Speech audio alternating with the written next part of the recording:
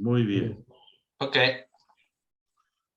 Bueno, voy a empezar yo simplemente como moderador para presentar al doctor Natalio Vita, o Natalio, que va a presentar algo así como de Parque Chas a Montpellier, 30 años no son nada, relato de experiencias vividas. Por lo tanto, no voy a ser muy detallista con respecto a que el doctor Vita se recibió de bioquímico en nuestra facultad, en la Facultad de Farmacia y Bioquímica de la UBA, y que tuvo una formación de grado sólida, porque en ese momento me parece que era importante la formación, la sólida formación, más que la información en la carrera de grado, y luego hizo una formación en ciencia básica en el Instituto de Química y Fisicoquímica Biológicas, donde se formó Natalio, es decir, a partir de, por favor, cierren los micrófonos, si es tan amable. Su formación es de ciencia básica y saltó directamente de la parte de esta formación en ciencia básica a la ciencia aplicada, a la industria. Y nos va a contar, entonces, justamente con mucho más detalle de lo que puedo dar yo. Así que bienvenido, Natalio, y esperemos que esta sea la primera de muchas colaboraciones. Gracias. Muchas gracias. Bueno, obviamente, muchas gracias, Jean-Paul, por la invitación. Muchas gracias a la Academia Nacional de Farmacia y Bioquímica por la oportunidad que me está dando de poder contarles un poco mi carrera en estos 30 años. Lo que quise hacer es un título bastante informal, que es realmente lo que siento, es de un muchacho del barrio de Parque Chas que pudo viajar y pudo estudiar y pudo efectuar su carrera científica y terminando en Montpellier. Ahora vamos a ver por dónde pasé. ¿Por qué Parque Chas? Porque uno tiene que saber de dónde viene. Para saber dónde ir hay que saber exactamente de dónde viene, cuáles son sus orígenes, para poder llevarlos y vehiculizarlos durante toda la vida. Entonces trataré de presentarles en estos 40 minutos que me han atribuido un poco cuál fue mi trayectoria profesional en todos estos años.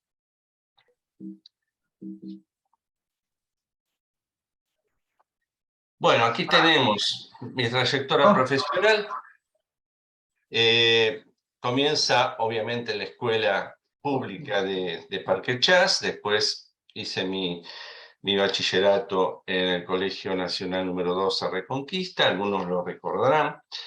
Después entré en la Facultad de Farmacia y Bioquímica del 74 al 79, y después tuve la suerte de poder entrar al INQUIFIB, Instituto de Química y Fisicoquímica Biológica, dependiente del CONICET, donde el grupo del doctor Paladini me recibió. Aquí tenemos un dibujo que ha hecho Rolando hace unos cuantos años, lo encontré en mis archivos, de una caricatura del doctor Paladini. Está la foto del doctor Pocus, que no es una caricatura, es una verdadera foto, pero yo lo conocí con el pelo más gris. Cuando yo tenía el pelo negro, él tenía el pelo gris, después fuimos evolucionando los dos hacia el pelo blanco. Bueno, entonces, tenemos mi laboratorio quedaba en el 6º piso de la Facultad de Medicina, pero pertenecía a la Facultad de Farmacia y Bioquímica. En el redondelito azul es la oficina que compartíamos con Edgardo. Y en el año 86 pude viajar a La Beche, cerca de Toulouse, y a este laboratorio de ELF BioResearch, para terminar mi carrera luego en Sanofi en Montpellier. tengo que agradecer absolutamente a la doctora Lidia Retegui, que fue la que me dio coraje para poder hacer este postdoc. Fue la que escribió la carta que después envió a Pascual Ferrara, también un egresado de la misma facultad y que hizo la tesis unos años antes que yo, en el mismo laboratorio con los mismos profesores que acabo de mencionar.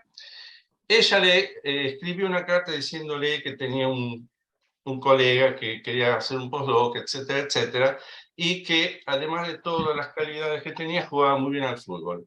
Así que yo creo que eso fue lo que motivó que Pascual me aceptase a recibirme en su laboratorio, porque le faltaba el número 10 y justo era el puesto que yo tenía.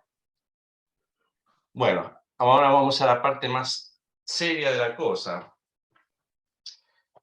Aquí puse la trayectoria en cuanto a la Facultad de Farmacia, el IQFIB en los años 79-85, que permitieron hacer el doctorado.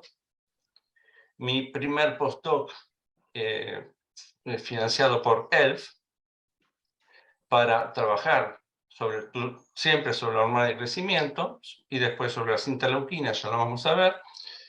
Luego, lo que tiene de bueno estar en la industria farmacéutica es que uno puede cambiar de compañía estando siempre en el mismo lugar. Porque con las fusiones, las adquisiciones, las transformaciones, cambia el logo. De Sanofi pasamos a Sanofi Santelabo, de Sanofi Santelabo a Sanofi Aventis, después quedó Sanofi nada más, pero uno siempre está en el mismo lugar, pero la compañía cambia. Y la gente también, por supuesto.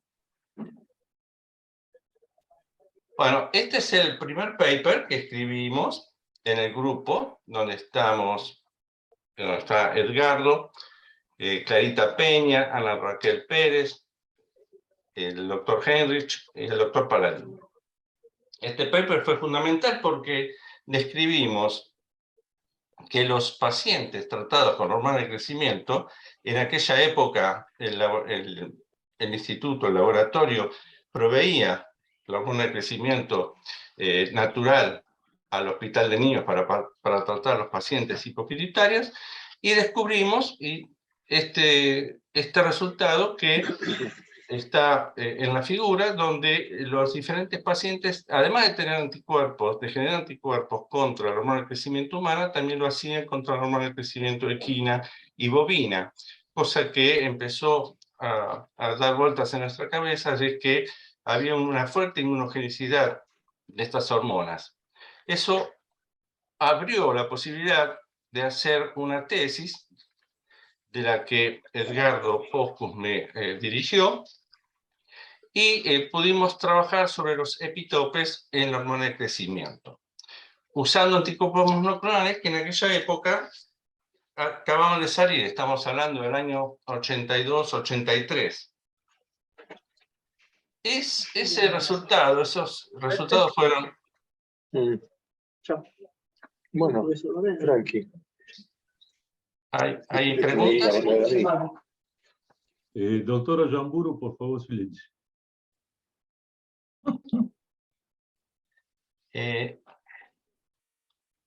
Esos resultados fueron presentados a un congreso de bioquímica, el Congreso Panamericano de Bioquímica en Buenos Aires en el año 84, y en ese congreso había gente de Sanofi que estuvo muy interesada, porque en esos años Sanofi estaba desarrollando la hormona de crecimiento recombinante humana. Eso permitió, justamente gracias a la ayuda de la doctora Retegui, que fue la que impulsó, digamos, mi idea de postdoc, de aparecer, de poder viajar y de ser aceptado para hacer una experiencia postdoctoral en Sanofi.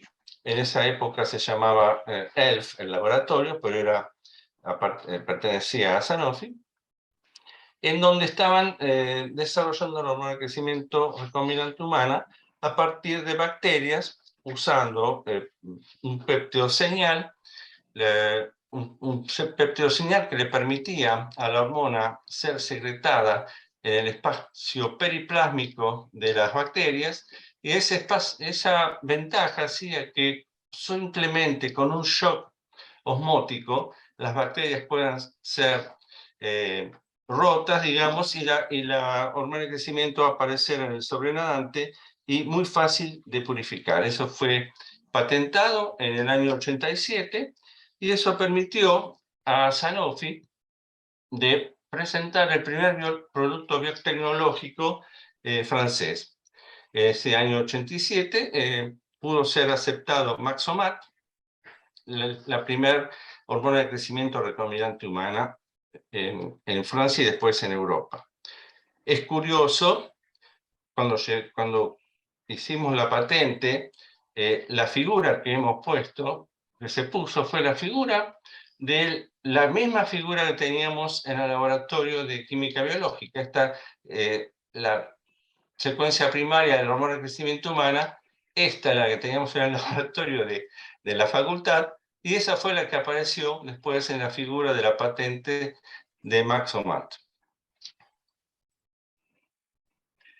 Bueno, ¿qué pasó? Pasó que yo tenía que ocuparme de estudiar la respuesta inmunológica de los chicos tratados con esta hormona, como lo había hecho en Buenos Aires. El problema es que estos pacientes no desarrollaban anticuerpos contra la hormona de crecimiento recombinante, porque, digámoslo seriamente, era una muy buena proteína y no tenía propiedades inmunogénicas en el hombre. Así que mi contrato al cabo de un año se terminó. Con la hormona de crecimiento no podía trabajar más, así que Pascual buscó otro tema para mí y me ofreció darme como tema la producción y la purificación de la interleuquina 2. La interleuquina 2 es una citoquina de tipo 1, importante para la actividad celular y sobre todo para la activación de células NK, y la aplicación terapéutica en ese momento fue el tratamiento del cáncer. Esta interleuquina 2 humana recombinante la pudimos clonar, ya estaba conocida la secuencia, nosotros la clonamos, la pusimos en células CHO, se produjo, se pudo producir en cantidad suficiente, purificar, identificar y caracterizar. Esta interleuquina 2 recombinante tenía la particularidad de tener en el aminoácido número 3, en la tironina, un núcleo, digamos, una porción glicosilada. Eso nosotros hipotetizamos que esa porción glicosilada le confería a la interleuquina 2 unas características que tenían una cierta ventaja con respecto a la interleuquina 2 producida en Escherichia coli, que no era glicosilada. Y eso fue lo que estudiamos. Primero caracterizamos que estuviera bien glicosilada. Este es un experimento de Pulse Chase. No sé si ven la flechita. ¿Se ve? Sí, se ve bien, Natalia, se ve bien. Ok, gracias. Sí, sin problema. El gel de poliacrilamida se hizo un experimento de Pulse Chase donde las células fueron incubadas con metionina azufre 35, y eso hizo que poder seguir la síntesis celular de la interleuquina 2, primero no glicosilada, y después el aumento de peso molecular, se pudo comprobar la glicosilación. Y en el sobrenadante se veía que la interleuquina 2 que aparecía en el sobrenadante de ese cultivo celular era sobre todo glicosilada. En el gel de la derecha se ve que después de ser purificada, esa interleuquina 2 y tratada con enzimas, podía reducirse el peso, probando que esa interleuquina lo que producíamos estaba bien glicosilada.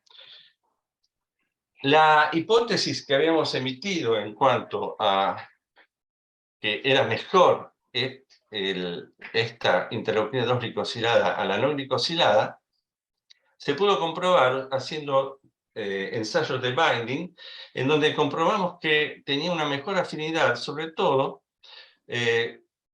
con una mejor T medio de disociación. Es decir, que cuando se comparó con la interleuquina 2 no glicosilada, la asociación, es decir, el contacto de la interleuquina 2 con la célula, con el receptor, se hacía a la misma velocidad, pero la disociación se hacía más lentamente con la interleuquina 2 glicosilada. La repercusión es un aumento, obviamente, de la afinidad. Si hay mayor afinidad por el receptor, se pueden usar menos dosis in vivo, y no olvidemos que esta interleuquina es bastante tóxica. Se pueden bajar las dosis, y eso tenía una mejor biodisponibilidad para los pacientes. El problema, bueno, con este paper hicimos una patente en donde describimos todos estos resultados, inclusive resultados in vivo en los ratones, en donde se comprobó que esta interleuquina 2 glicosilada humana tenía una actividad antitumoral interesante. El problema es que en las ciencias aplicadas y sobre todo en la industria farmacéutica, además de tener un buen resultado científico, hay que ver qué pasa con el contexto y ver qué pasa con las otras empresas farmacéuticas que también están trabajando sobre lo mismo.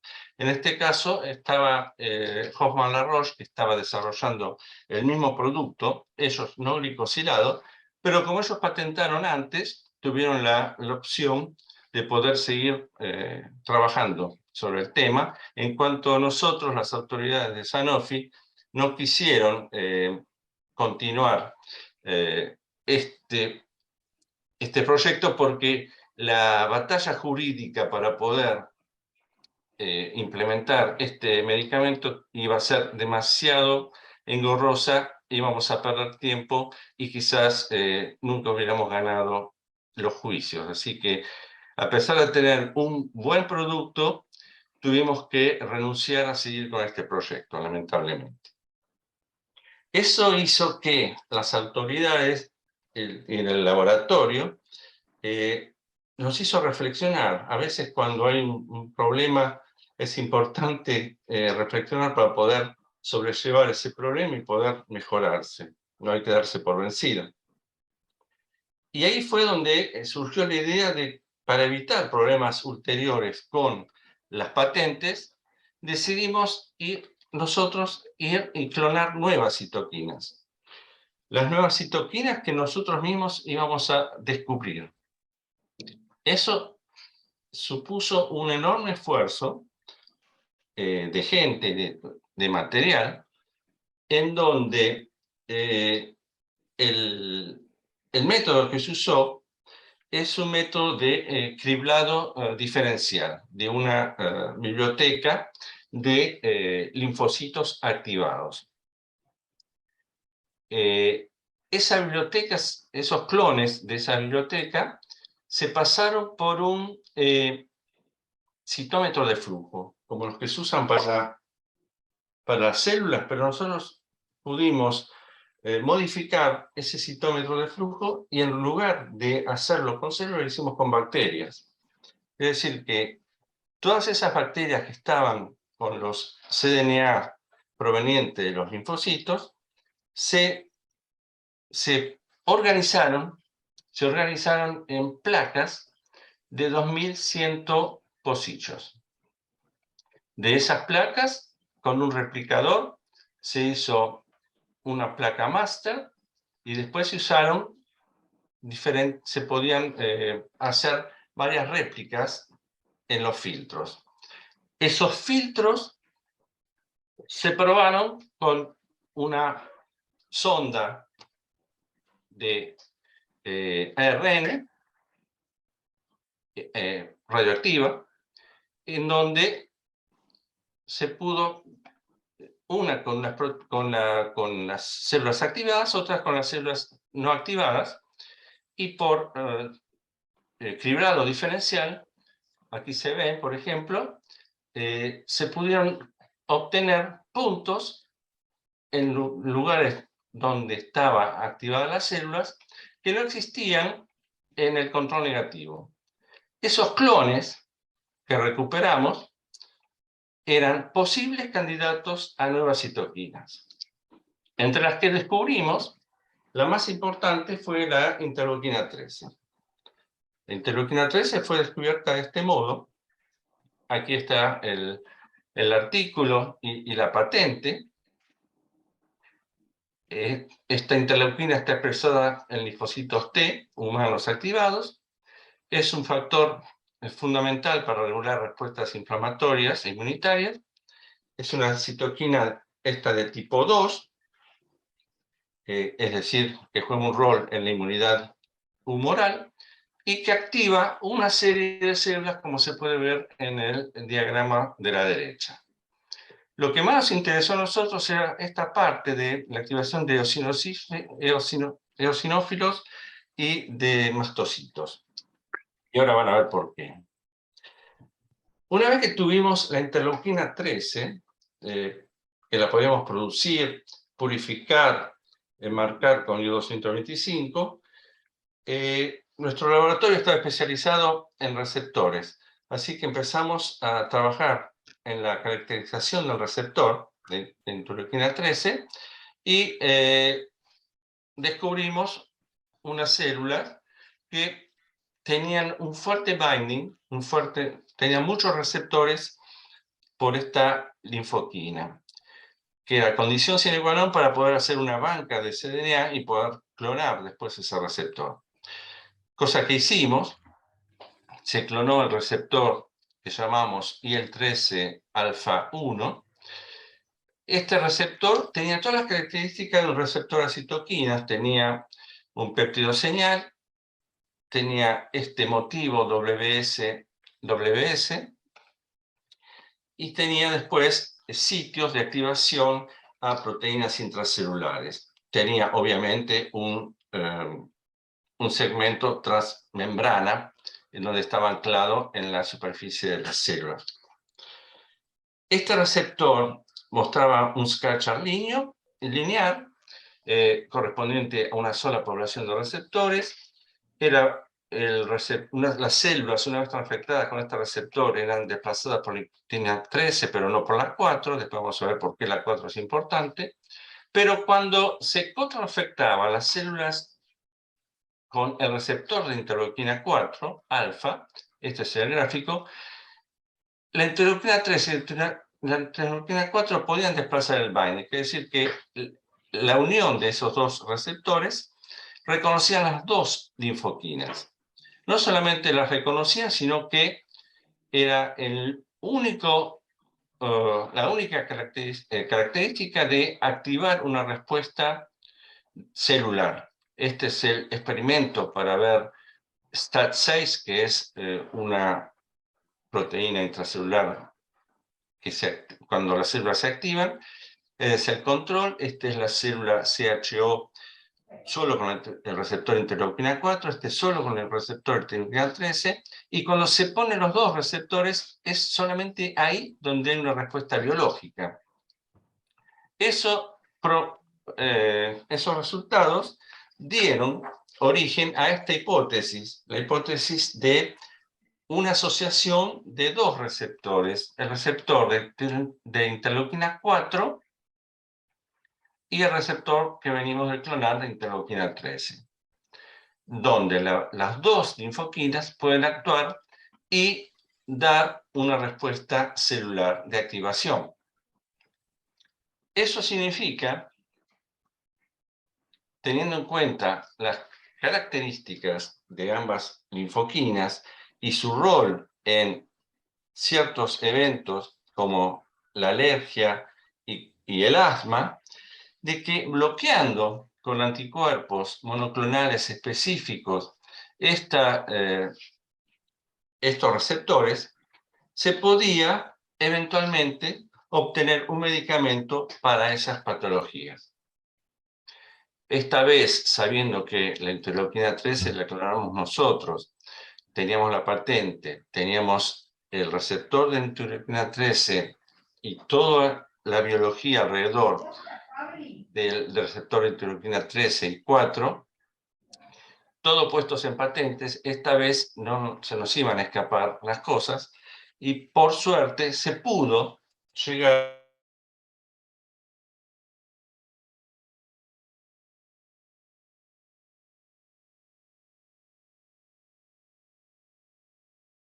Está Natalia, silencioso. cortaste Natalio, el micrófono, apagaste el sí. micrófono. hasta Ahora dónde me sí, escucharon. hasta ahí. Hasta ahí, Hasta acá. perfecto. Entonces, por suerte pudimos, gracias a todas las patentes que hicimos, bueno, yo digo tuvimos, pero esto no lo hicimos nosotros, esto lo hizo, digamos, la parte de desarrollo. Nosotros llegamos hasta la parte de investigación básica, le dimos el paquete con todas las patentes a la gente que producía los anticuerpos monoclonales a uso terapéutico, y ellos, fíjense la fecha, 2017, nosotros empezamos a trabajar en el siglo pasado, es decir, que pasaron mucho tiempo para poder finalmente obtener la autorización de las autoridades para el uso terapéutico de estos anticuerpos, ya sea en la dermatitis atópica, en el asma y en otras enfermedades alérgicas e inflamatorias.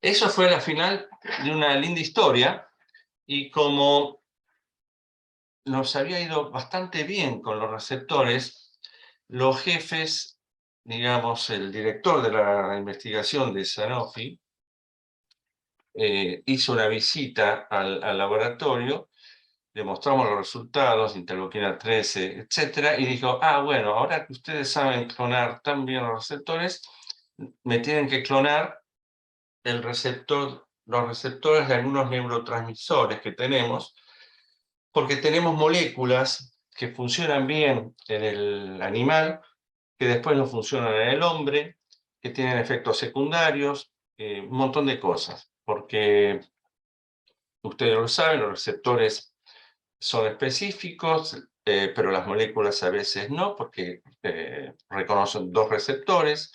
La localización de un receptor en el cerebro quizás es diferente, funciona diferente si es en periferia, etc. Entonces, la misión que nos dio fue: quiero que me clonen el receptor de la neurotensina y el receptor del CRF, el corticotrophin releasing factor, porque tenían estudios en vista y querían desarrollar esas moléculas.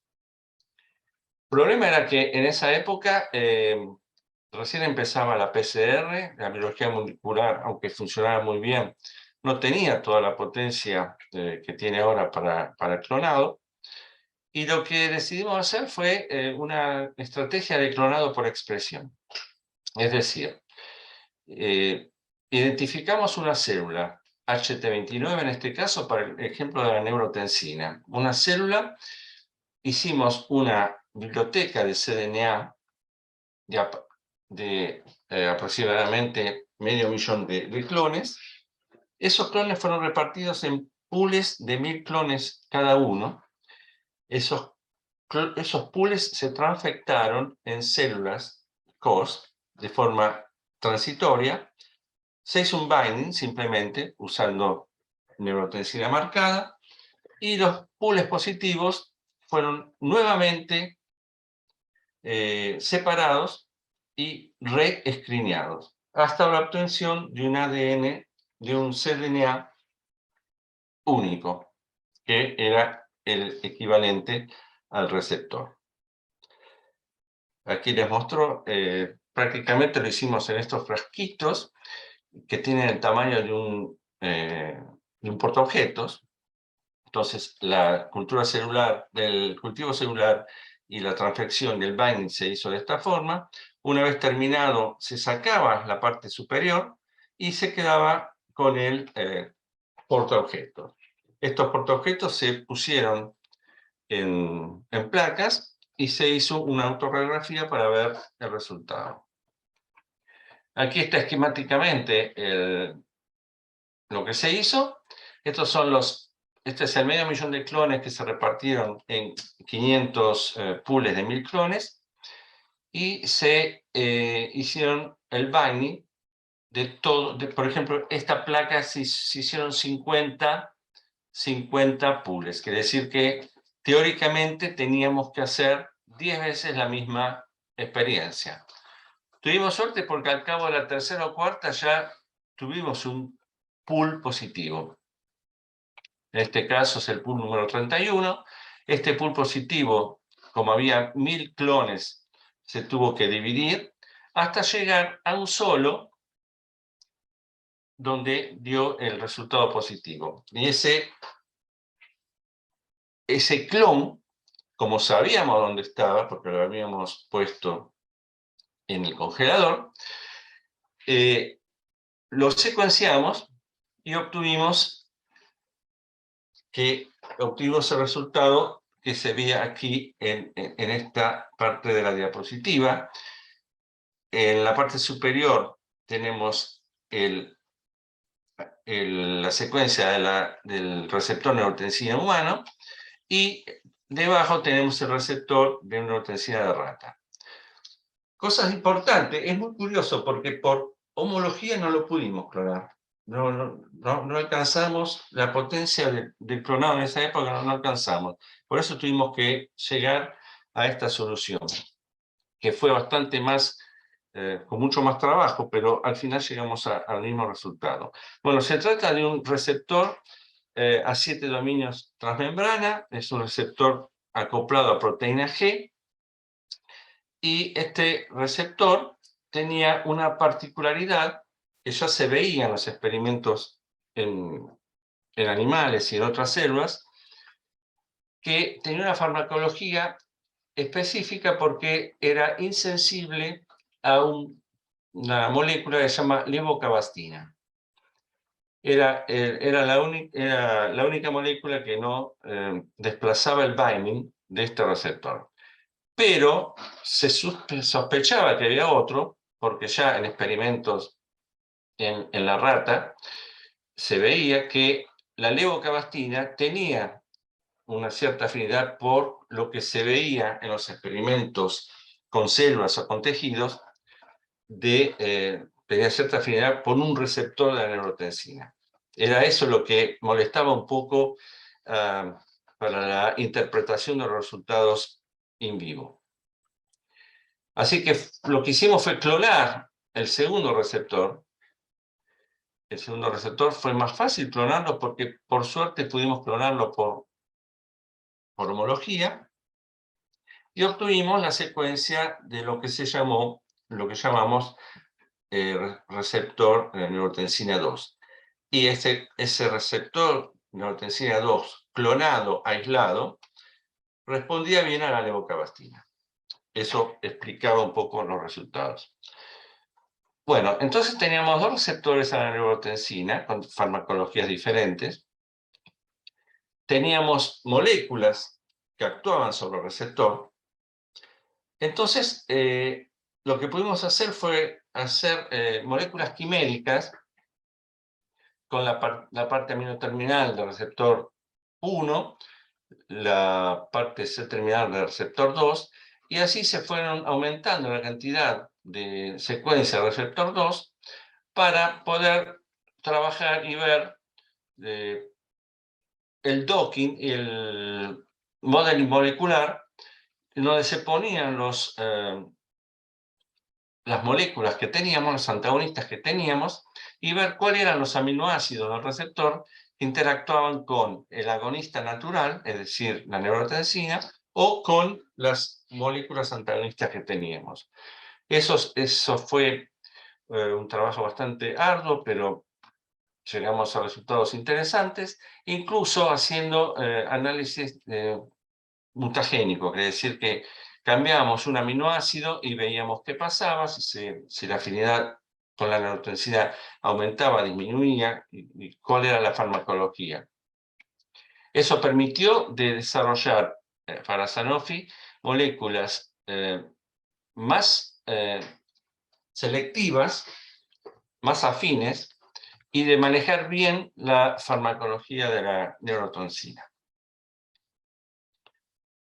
Bueno, esto fue la etapa Toulouse, la Belle. En el año 2000,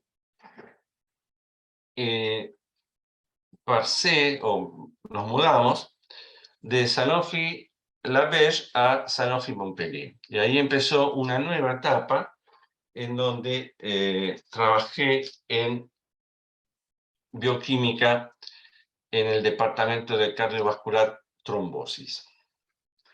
El departamento de cardiovascular trombosis ya tenía a su haber varios fármacos aprobados y ya comercializados.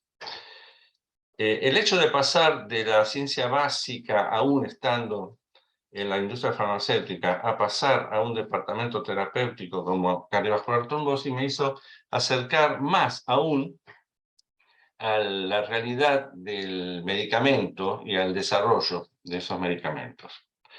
Bueno, cuando yo llegué ya estaba Plavix, que es un antiagregante plaquetario, en venta en las farmacias. Aprobé un antihipertensor antagonista de angiotensina 2. La cordarona, un viejo medicamento para las arritmias, antiarrítmico, pero con el problema que teniendo 2 moléculas de yodo en la estructura, tenía ciertos problemas, ciertos efectos secundarios a nivel de la tiroides.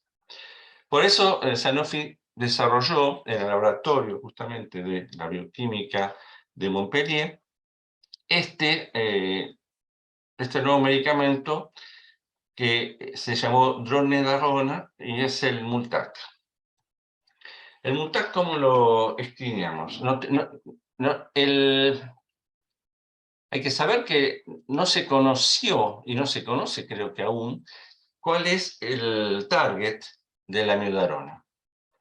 Se sabe que funciona, pero no se conocía cuál era el target. Entonces, la única forma que teníamos de hacer screening de drogas antiarrítmicas era in vivo, en el animal, donde se abría el tórax, se hacía una constricción de la aorta o de alguna arteria carótida, se veían las arritmias y se veía si la molécula que habíamos inyectado antes tenía un efecto sobre esas arritmias. Eso se hacía in vivo en el animal o in vitro con un modelo de corazón aislado.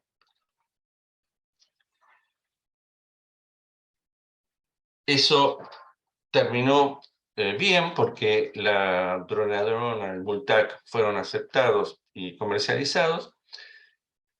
Y en paralelo, la tarea del grupo de bioquímica cardiovascular era la búsqueda de nuevas targets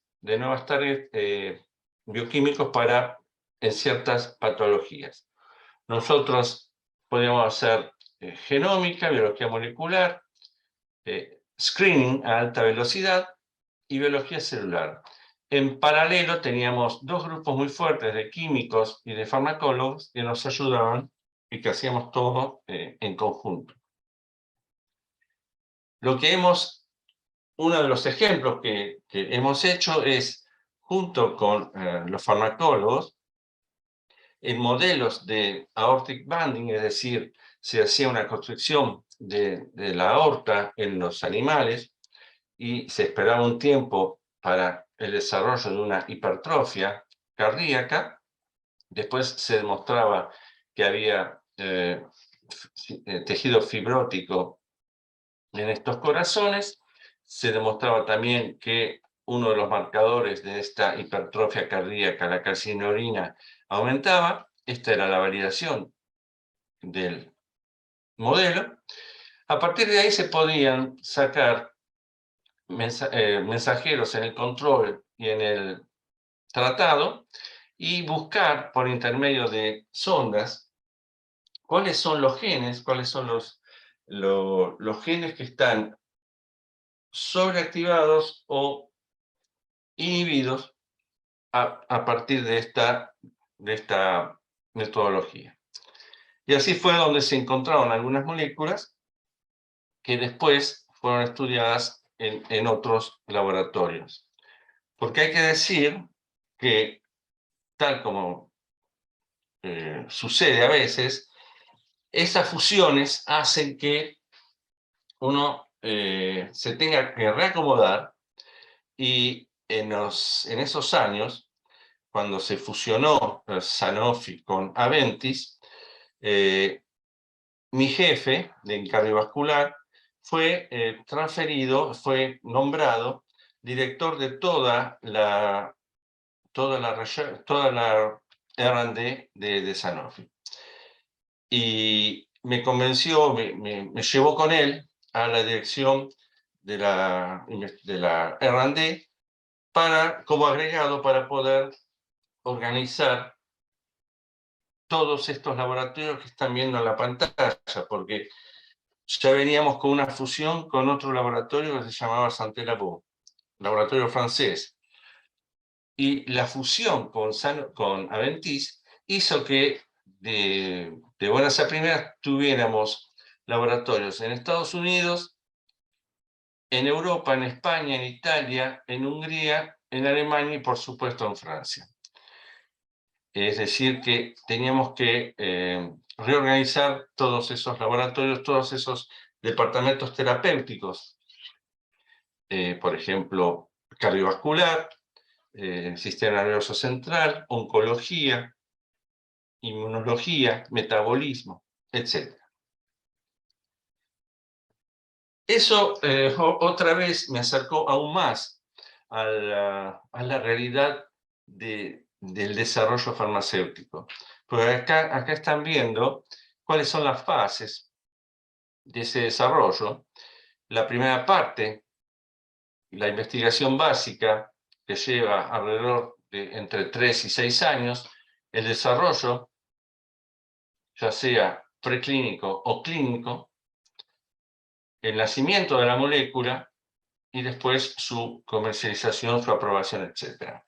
Para que tengan una idea, al principio, para llegar a tener una molécula en fase 3, uno tuvo que haber ya testeado 5.000.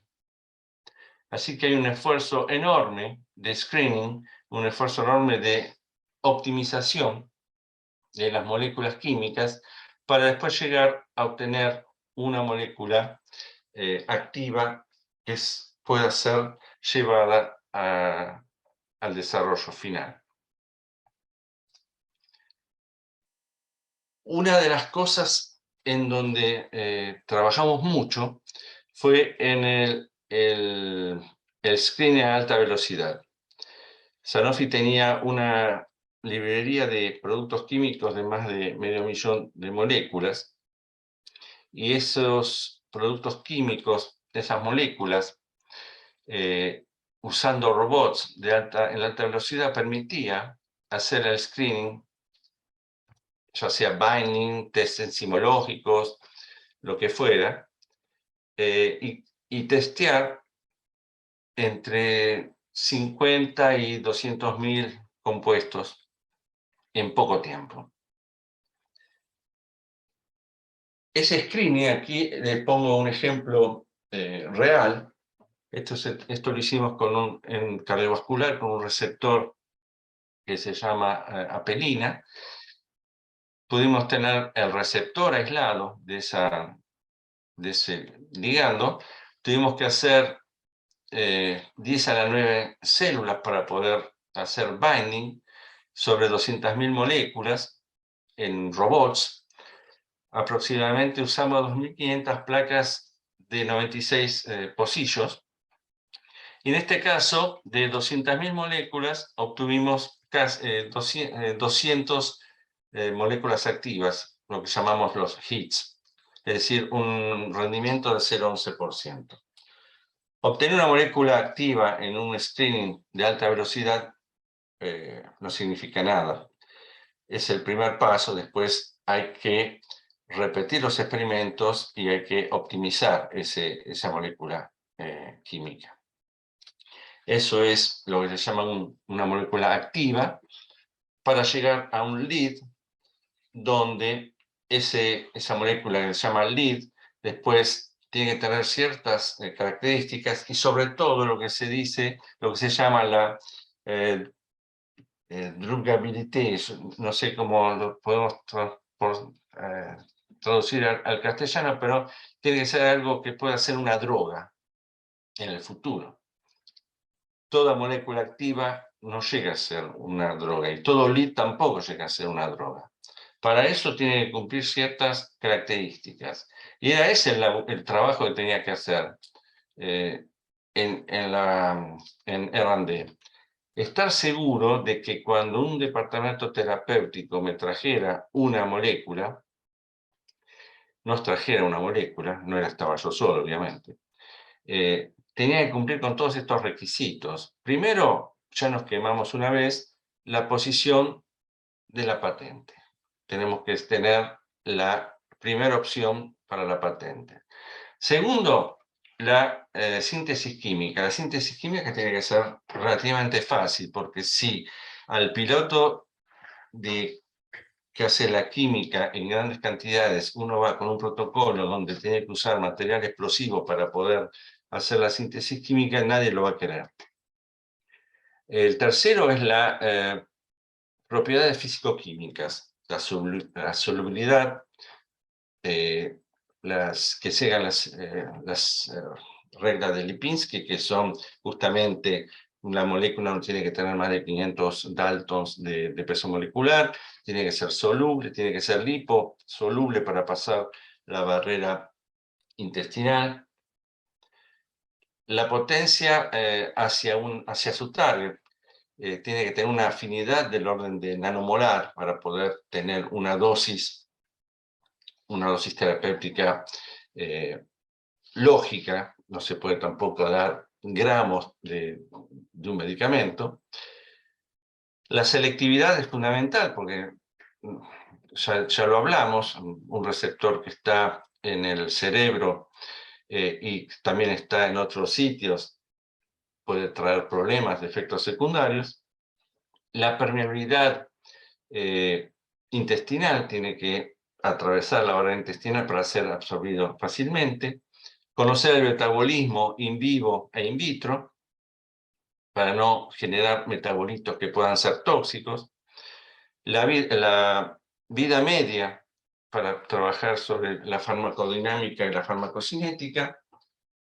Ver la inducción de citocromos para ver la interacción con otros medicamentos, los efectos cardiovasculares, para ver si no produce arritmias u otras cosas, la genotoxicidad, la hepatotoxicidad y la toxicidad embriofetal. Bueno, cuando todos estos parámetros están ok, aquí yo representé uno en verde que es más o menos correcto, ese producto, ese compuesto, esa molécula, es un candidato al desarrollo. Eso nosotros en la Discovery lo que hacíamos es un dossier en donde poníamos todas las características de esa molécula y lo pasábamos a nuestros colegas de desarrollo. Y ellos luego hacían, obviamente previa evaluación preclínica en animales, ellos después hacían la primera administración en el hombre. Resumiendo, lo que hacíamos en la Discovery es la selección de la target. Aquí buscamos una enzima, un receptor, el desarrollo de ensayos de screening para obtener un lead, el screening, la identificación de los hits, la optimización y después, una vez que se optimizó el lead, tener el candidato al desarrollo y pasarlo a nuestros colegas. Resumiendo entonces, estoy llegando al final. Esta es el resumen de parte de las cosas que hice en estos años. Fueron años bastante importantes en mi vida y en mi carrera.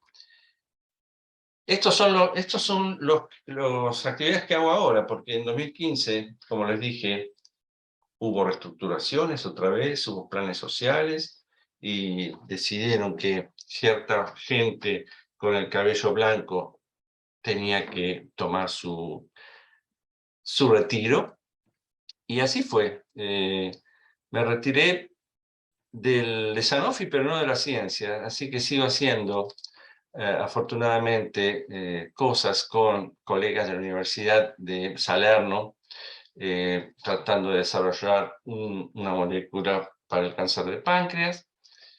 Me pude poner en contacto con gente del Hospital de Toulouse y el Instituto de Gerontología, como consejero científico. Eso hizo que me hayan propuesto de ser editor científico preclínica de 2 revistas internacionales, cosa que lo hago con mucho gusto.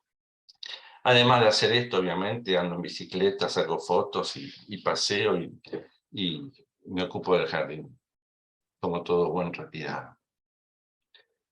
Me resta solamente agradecer en estos momentos a todas las autoridades de la Academia Nacional de Farmacia y Bioquímica, al doctor Juan Pablo Rossi, que me ayudó bastante en la elaboración de esta presentación, a mis profesores de la Facultad de Farmacia y Bioquímica, a mis amigos, colegas del INCIFIB, un recuerdo especial al doctor Palladini, que siempre me brindó estímulo durante mi trabajo, al doctor Poscus, que bajo su dirección me inicié en la investigación científica, a la doctora Rettegui por haberme convencido de hacer este postdoc, al doctor Ferrara por haberme recibido en el laboratorio, a mis ex compañeros y amigos por ayudarme con sus críticas y sugerencias, y obviamente a mi familia, quien en todo momento facilitó y apoyaron mi tarea. Para terminar, una última reflexión, una frase que ya es muy conocida, pero yo tengo que decir algo sobre esta frase. La única forma de hacer un gran trabajo es amar lo que haces. Bueno, esto lo dice Steve Jobs. ¿Sí? Simplemente quiero decir que esto mismo hace 50 años me lo decía mi viejo. Y yo creo que es lo mismo que yo le digo a mis hijas y justamente a mis estudiantes cuando los tenía en el laboratorio. La única forma de avanzar es amar el trabajo que uno hace para poder hacerlo bien. Bueno, yo creo que ya terminé. Espero no haberlos aburrido mucho. Muchas gracias por su presencia. Creo que estoy bien con el tiempo, Jean-Paul. Sí, deja de compartir, así nos vemos todos. Ok, bueno, muchísimas gracias. Me pareció muy entretenida tu charla, Me gustó. independientemente del alto nivel científico que revela nomás en lo que poco tiempo que pudimos disfrutar de tu charla. Si quieren hacer preguntas, voy a empezar a hacerlas yo para romper un poco la inercia. No tienen más que levantar la mano y ven, ahí Fossati ya empezó a lo suyo, Majorano. Después seguimos con la lista. En principio, vos tuviste una buena formación de grado y luego una buena formación de posgrado. ¿Cuáles son las fortalezas o debilidades que tuvimos o que tuviste en tu carrera, tanto de grado como de posgrado, para acceder de pronto a de la investigación básica a la industria. Sí. Afortunadamente, con la experiencia que uno tuvo llegando a Francia, la formación de grado que tuvimos en la facultad fue de primer nivel. Fue de primer nivel porque no teníamos que avergonzarnos absolutamente de nada con la formación que tenían los chicos que venían. Yo tuve estudiantes que venían del Politécnico en Francia, de las grandes escuelas francesas y de la universidad, y afortunadamente nuestra formación de grado y también obviamente la de posgrado nos permitió hablar de igual a igual. Hablar de igual a igual con químicos, por ejemplo, cuando me tocó tener ciertas responsabilidades a lo último de mi carrera en la dirección, poder hablar de síntesis química, bueno, síntesis química no, pero de química, digamos, orgánica. De química no teníamos ningún prurito en hablar, podíamos hablar con médicos sin ningún problema. Nuestros colegas del desarrollo nos solicitaban y nosotros los solicitamos a ellos y entendíamos lo que ellos hacían y ellos entendían lo nuestro, pero de igual a igual, sin ningún complejo. Porque nuestra formación nos permitió hacer eso, nos permitió... para darles una idea, en Francia no existe la misma formación, no existe. Porque los que hacen análisis clínicos en Francia son farmacéuticos especializados o médicos especializados. El bioquímico, como nosotros lo entendemos y como nosotros somos, una formación donde hay anatomía, histología, fisiología, química biológica patológica, y a su vez física 1, física 2, físico-química, química 1, 2 y 3, análisis clínico, no existe. Es decir que a veces la gente me preguntaba, pero ¿cómo sabes todo eso? Y yo digo, pero yo cursé esas materias y las conozco. En Francia son mucho más especializados en algo, son muy buenos, obviamente, pero no tienen esa formación enciclopédica que tuvimos nosotros, esa formación de conocer quizás un poco de todo, y no algo a 100% bien, pero lo sabemos, bueno, lo sabemos todo, es un poco presuncioso decirlo, pero yo creo que nuestra formación de grado fue excelente. Nuestra formación de posgrado en el IQIFIP también lo fue. Así que eso es lo que puedo decir. Y otras anécdotas que yo creo que Cascone, que estuvo conmigo en el laboratorio, las conoce, porque cuando llegó Cascone al laboratorio se ponía a desarmar aparatos y todo eso, cosa que nadie lo hacía, obviamente. Cuando había un aparato que se rompía, llamaban al service y venía y vos pagabas. Como nosotros en el laboratorio en Buenos Aires no podíamos hacer, teníamos que desarmar. Y bueno, cuando con Cascone nos poníamos a desarmar las centrífugas y los aparatos, la gente nos miraba medio raro. Pero es así, nosotros hasta podíamos reparar una centrífuga. Muy bien. Y además jugábamos al fútbol. Sí, Y además jugábamos al fútbol y bien. No tienen nadie que pueda atestiguar eso en este momento. Son ustedes dos. Suerte. Estoy yo. Yo estaba en la defensa y rompía piernas. Sí, Jean Paul era duro, era el perfume del equipo. Alberto. Gracias, Natalio, muy lindo, me gustó mucho. Yo quería hacer una pregunta más o menos relacionada con lo que dijo Jean Paul.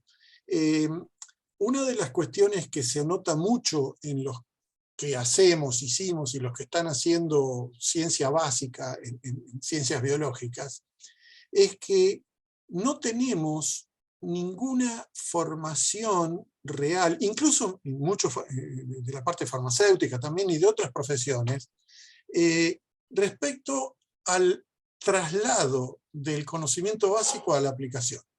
Me gustó mucho ese último set de diapositivas y demás, porque cuando los chicos entran a hacer el doctorado en cualquiera de nuestras áreas, muchísimos tienen una visión de después, bueno, quiero hacer algo que después pueda transferir a una industria, y no tenemos la formación de cómo hacerlo. De hecho, ni nos imaginamos muchas veces cómo hacerlo. Entonces llegamos hasta el ensayo en el ratón, esto puede funcionar, y a partir de ahí somos totalmente dependientes de otras áreas y demás. Eso es una falla formativa. En lo demás coincido con vos en la formación básica, por lo menos anterior a las últimas crisis en Argentina. Pero, ¿cómo pensás vos que podría incluirse ese tipo de formación hacia la aplicación sin salirse demasiado del marco conceptual que tenemos para que un egresado pueda visualizarlo y aplicarlo mucho más racionalmente en el trabajo científico? Sí, entiendo lo que decís, porque lo mismo sucede en algunos laboratorios en Francia. Hay laboratorios muy buenos en Francia del INSERM o del CNRS que llegan a obtener una molécula y después no saben qué hacer, porque no tienen formación para poder desarrollarlo. Ellos se piensan que con hacer 2 o 3 test en el ratón ya tienen el medicamento listo. Yo creo que lo que hay que hacer es hacer hincapié en las últimas materias de la universidad, implementar seminarios quizás, no sé exactamente cómo, seminarios con gente que está trabajando en la industria farmacéutica, en la parte de desarrollo, en la parte de la interfase. Lo último que conté en ese gráfico tipo target, en donde cada uno de esos puntos que toqué, que son 12, lo podés desarrollar muchísimo, porque ahí yo justo puse una cosa. Pero yo creo que habría que hacer hincapié en eso, en ese punto. Y volver a repetirles que una molécula activa, in vitro, in vivo, lo que sea, no es necesariamente lo que te va a dar un medicamento. Es un conjunto de cosas. Y es bastante complejo encontrar el equilibrio. Yo pienso, una vez más, que hay que levantar el nivel de ese punto de vista. Hay que ver cuál es la orientación que uno le quiere dar a la carrera. Ojo, si uno quiere solamente tener técnicos especializados en hacer análisis clínicos o farmacéuticos que quieran hacer solo control de calidad, es una cosa. Ahora, si vos querés aumentar el nivel y podés proponer más cosas para que la formación que tengan esos chicos pueda servir después para ser volcada en estas, ya sea en industria farmacéutica o en un laboratorio universitario, mejor. Doctor Majorano. Majorano, ¿qué tal? Buenas tardes. Bueno, gracias a Natalio por invitarme, es un gusto estar viéndolo hacer esta exposición delante de sus colegas. Yo soy médico, soy cardiólogo, pero estoy acá simplemente por ser amigo de Nata y por compartir la vida con él desde los 6 años, hace nada más que 60. Estoy absolutamente orgulloso de ver acá resumido todo lo que logró con un gran esfuerzo, que me consta. Y estoy muy contento de verlo disfrutar ahora de todo eso que logró con la familia, con sus hijas, con su nieto. Así que, bueno, un orgullo haber exportado este exponente fiel de Parque Chas hacia Toulouse para que conquiste el mundo, y así lo hizo. Un abrazo grande, Tano. Muchas gracias, Carlitos. Un beso grande. Bien. ¿Quién quiere seguir? Pocus. Quería decir algo, dale. Sí. Natalio, quería preguntarte,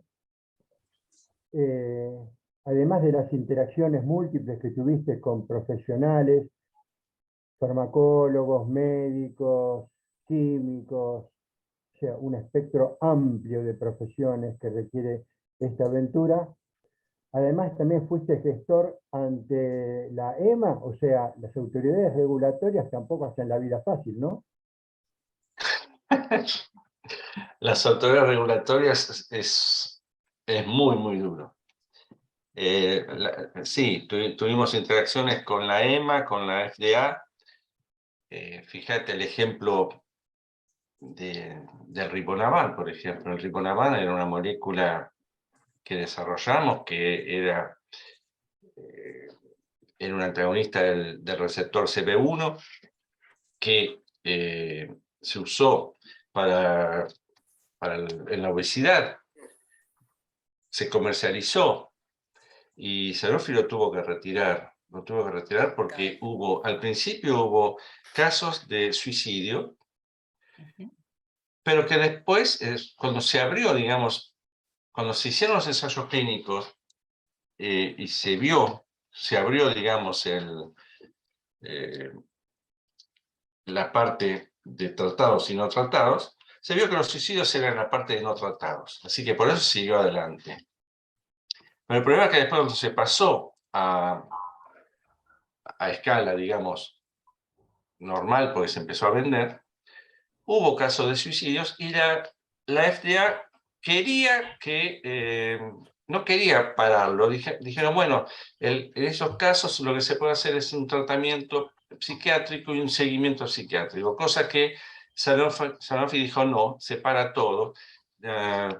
Obviamente, con la autorización de las autoridades, dijeron, bueno, se paró. Eso es un ejemplo donde la FDA ahí fue un poco más permisiva. Y si no fuera por Sanofi, la cosa podría haber continuado. Por eso dijeron, no, iba a ser demasiado arriesgado. Pero por otro lado, hay ejemplos en donde las autoridades te piden cada vez más cosas. Ustedes fíjense que ahora, si uno hubiera querido registrar la miodarona, hoy en día la FDA no lo hubiera permitido.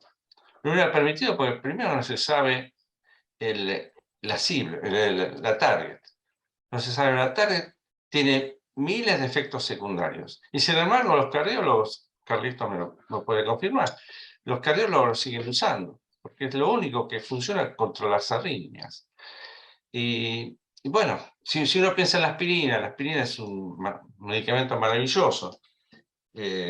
Cuando se registró no se sabía absolutamente nada. Así que las autoridades sí, son duras, Edgardo, son muy duras. A veces son menos duras, a veces somos más duros nosotros, que nos ponemos límites que las autoridades.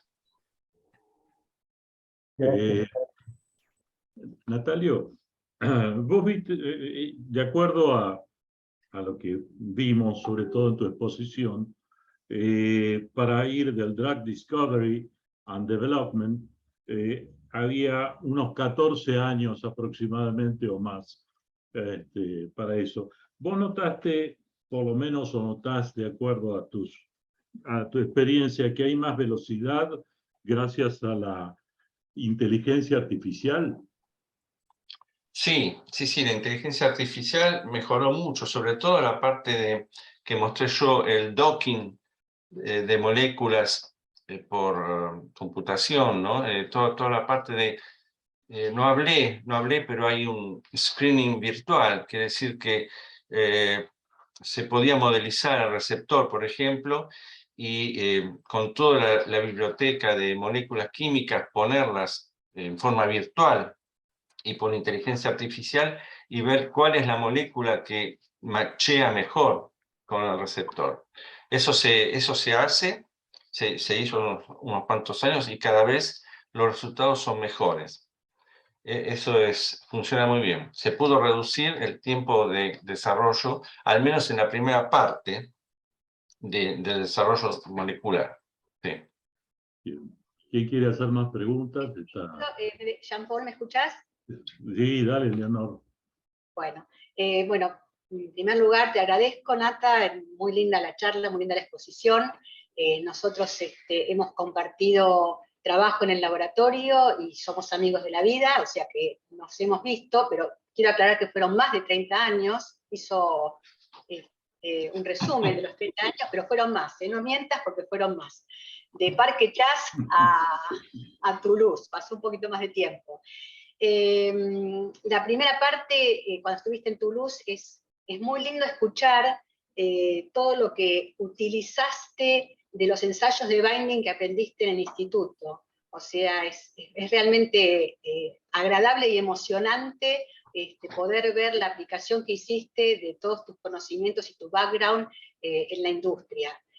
Todos los ensayos era lo que habías aprendido, digamos, lo que hacía Pascual acá, lo que habías aprendido acá, y un poco lo pudiste insertar en la industria, y la verdad que eso es realmente agradable. En particular, la pregunta es, ¿qué pasó cuando tuviste que salir de tu zona de confort, que eran los ensayos que manejabas de binding en Toulouse, para pasar a Montpellier a un nuevo tema, que fue la parte cardiovascular? O sea, ¿cómo sentiste ese cambio, salir de una zona que manejabas y empezar un tema absolutamente nuevo? Sí, es una buena pregunta y reflexión. Sí, me costó mucho, porque tuve que leer muchísimo, aparecer en un laboratorio, un departamento terapéutico que tenía ese background de haber desarrollado al menos 3 moléculas y una cuarta estaba en desarrollo, y yo con mi background de bioquímica de proteínas y un poco de biología molecular y todo lo que vos dijiste, era un poco difícil para mí. Leí mucho de farmacología, leí mucho de cardiovascular, leí mucho de desarrollo de moléculas. Hay que decir también que yo reemplacé a una persona que hacía 20 años que estaba en el cargo, y que lo único que hacía, porque era lo que le pedían, era el apoyo de test, de dosajes para la farmacología. Quiere decir que cuando me vieron llegar a mí y haciendo biología molecular y binding, bioquímica de proteínas, fue un avance para ellos, digamos que yo aporté algo de lo que ya tenía. Y ellos me ayudaron mucho porque me ayudaron muchísimo, el jefe de ese servicio me ayudó muchísimo en ponerme al tanto de lo que estaban haciendo y de conocer la fisiología cardiovascular. Eso me ayudó mucho. Y me ayudó mucho también el hecho de interactuar con el desarrollo, porque ya estábamos con los médicos y hablamos y podíamos... aprendí lo que dije hace dos minutos, que tener una molécula no significa nada. Aprendí que una molécula activa no es un medicamento. Y ahí en cardiovascular lo aprendí, porque teníamos muchísimas moléculas que eran un balazo, pero que después no podía ser una droga. Pero fue con esfuerzo, sí. Y fue más esfuerzo todavía, fue la otra etapa, cuando pasé a toda la dirección de la Discovery, en donde ya había que leer de sistema nervioso central, de metabolismo, de cardiovascular y de todo. Eso fue aún más difícil. Bueno, mientras esperamos más preguntas, una mía. En un momento dado, Sanofi sacó entonces la hormona de crecimiento, ¿no es cierto? Sí. Y de pronto hubo un exceso de hormona de crecimiento. Inclusive me acuerdo que en ese momento empezaron a ver las propagandas sobre, ya que estás en gerontología también, de darle a los a los ancianos una cierta dosis de hormona de crecimiento. Esto, ya que estás en gerontología, ¿se utiliza en algún momento la hormona de crecimiento para ellos? En su época, cuando empezaron a usarla para los adultos mayores, digamos, Sí. Era, como se dice aquí en francés, era fuera de la indicación. Cuando vos pones un medicamento, tenés que poner una indicación. La indicación era tratamiento de hipopituitarismo, etcétera, etcétera, etcétera. Ahora, si un médico le prescribe hormona de crecimiento a un adulto mayor, lo puede hacer, pero es fuera de indicación, quiere decir que es muy peligroso. Yo les cuento una anécdota. Una vez el patrón, el jefe de la research, nos llama por teléfono para saber si nosotros estábamos al tanto de que había un tráfico de hormona de crecimiento en el Tour de France. Porque también, antes de la eritropoyetina, la gente se daba metabolizantes, hacía anabólicos para doparse. Obviamente, afortunadamente, el hormona de crecimiento que encontraron en ese Tour de France no era la nuestra. Pero sí, se usó bajo el poncho, como se dice. Ahora, actualmente, en gerontología, no es la indicación. No estamos. Preguntas. Osvaldo Cascone. Sí, no, Nata, simplemente quiero agradecer públicamente toda tu ayuda, toda tu amistad cuando estuvimos viviendo en Toulouse por un tiempo bastante largo. Y No tenés nada que agradecer, lo pasamos bien. Las anécdotas que tenemos, bueno, tardaríamos mucho en contarlas, ¿no es cierto? Sí. Cuando nos colábamos en la cancha del Toulouse. ¿Te acordás? Sí, vamos a ver los partidos de Toulouse, sí. El médico del laboratorio, Michel, era de la Cruz Roja de la cancha del Toulouse. Y nos dejaba pasar. Entrar por la enfermería y ahí nos colábamos todos. Y bueno, muchas más, ¿no es cierto? Sí. Muchas gracias por todo, realmente. No, al contrario, Osvaldo, fue un gusto tenerte. Bien. Nélida, podés dejar de compartir. Bueno, de grabar.